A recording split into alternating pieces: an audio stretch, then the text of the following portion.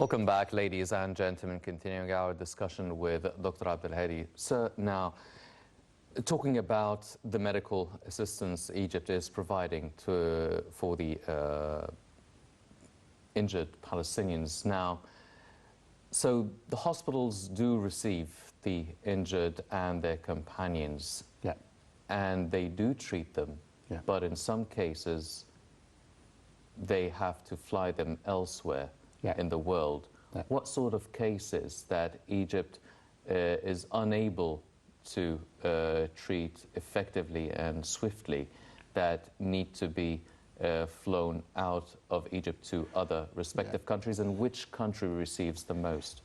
Thanks God, Egypt, I would say, with confidence, is capable of managing all types of injuries and all types of illnesses. However, it is an acute or a chronic or a consequence of this damage. Egypt has the expertise who can deliver and the teams that are available. And I would say Egypt on this front is doing extremely well, like any other places. Of course, some of the injured voluntarily wanted to move to Qatar, like the journalist who's working for Al Jazeera. So he was permitted to come to Egypt, and from then he is flown to Qatar. But coming to your question, I'm pretty sure that the Egyptian teams, the emergency services, the physician quality, the medicines, the equipments are all available, working very effectively and very efficiently. And the Minister of Health has done quite good on this front.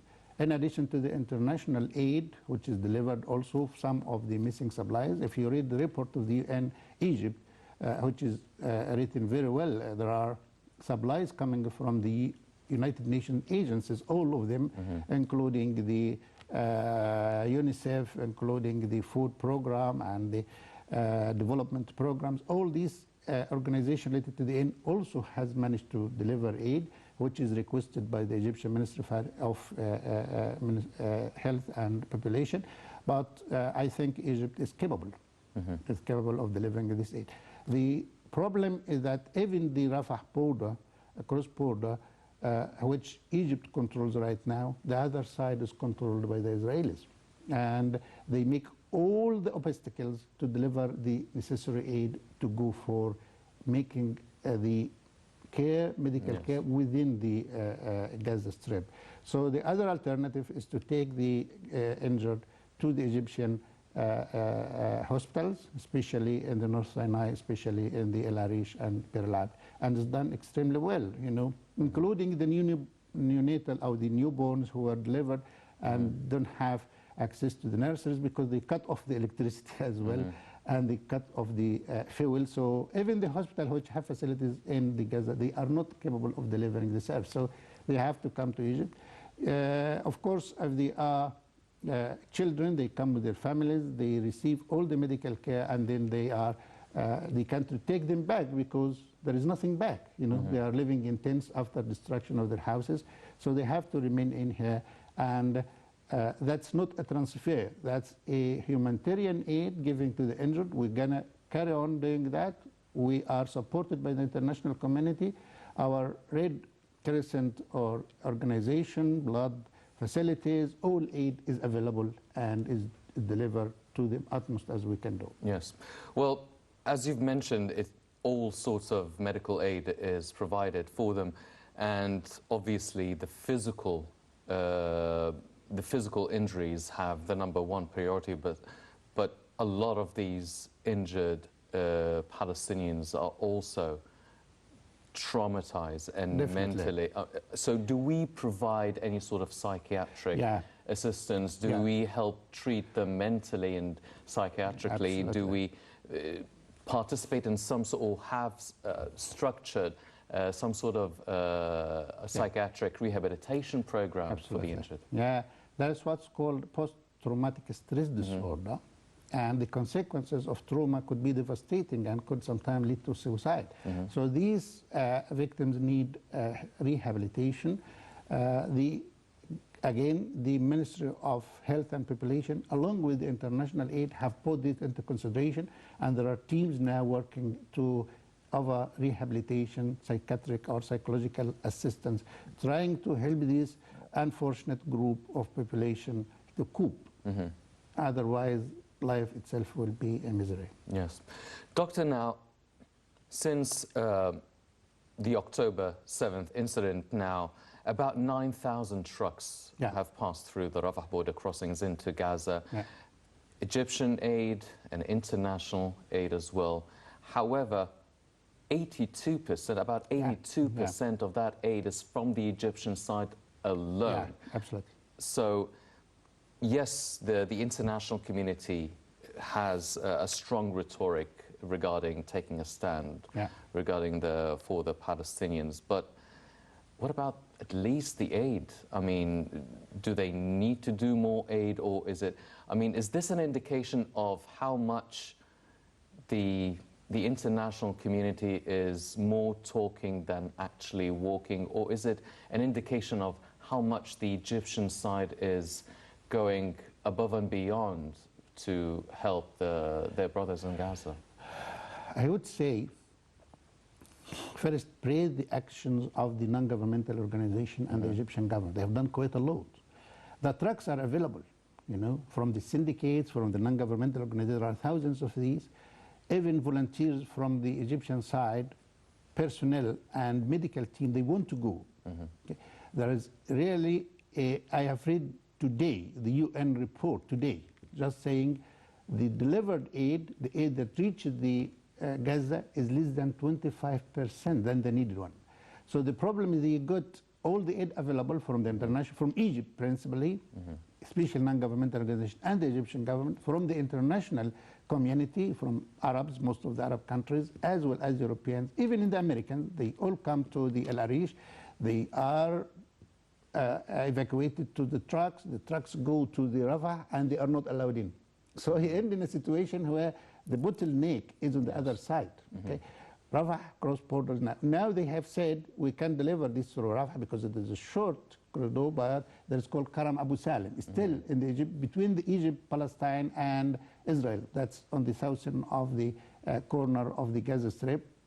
But neither that is opened or the Rafah is working in full capacity. So you end up, but we can deliver. The Egyptians are very generous in that, and the international community as well. You hear, as in your report said, there are planes coming all the time to the Al Arish airport.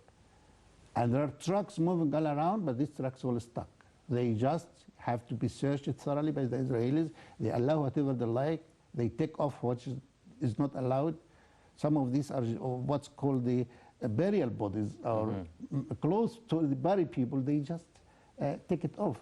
So we need pressure to allow the aid in, and we need pressure more to stop the violence, and then we'll sit down and see how it's going to go.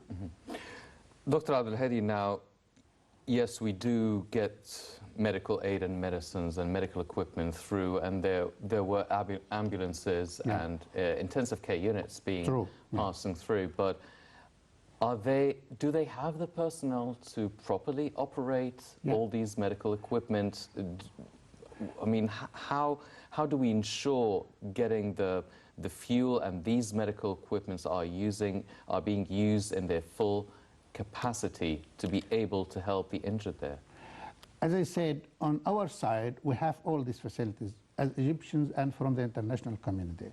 But compared to the reports coming from the UN agents within Palestine, within the Gaza Strip, the situation is devastating because nothing is allowed in a capacity that can deliver. The international community can deliver, but you have an obstruction at the Rafah crossing, and at the end to reach to its destination for the hospitals giving the care there, or the other end is to allow these to come as injured towards Egypt. Both are obstructed at the time being. So there should be a move or a pressure, a real pressure, to stop the war, allow aid to go in. That will make a difference. But now with this weather, most of the, around 1 million come to the southern strip in Gaza.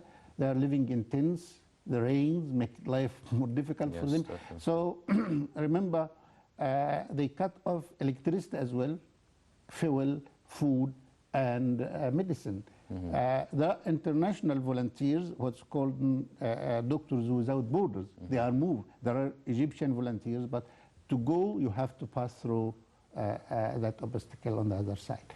So as long as the aggression is continuing, the violence is continuing, there is no hope that the situation is going to improve.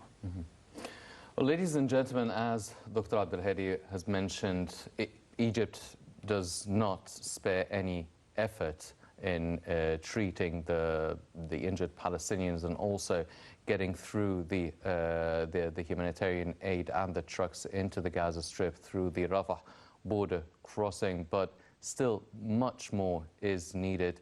Definitely, the international rhetoric regarding taking a stand against the Israeli aggression needs to be implemented, needs to be really implemented and not be futile as it proves so far. Unfortunately, that's all the time we have for this edition of the Daily Debate. But before we go, I'd like to thank my distinguished guest, Dr. Saeid Abdel Hady, the former Dean of the Faculty of Medicine at Mansoura University. Dr. Abdel Hady, always a pleasure having you with us on the show. Thank you. Thank you very much, sir. Ladies and gentlemen, please stay tuned for more coming up on Nile International. I'm Hani Saif. Thank you for joining us.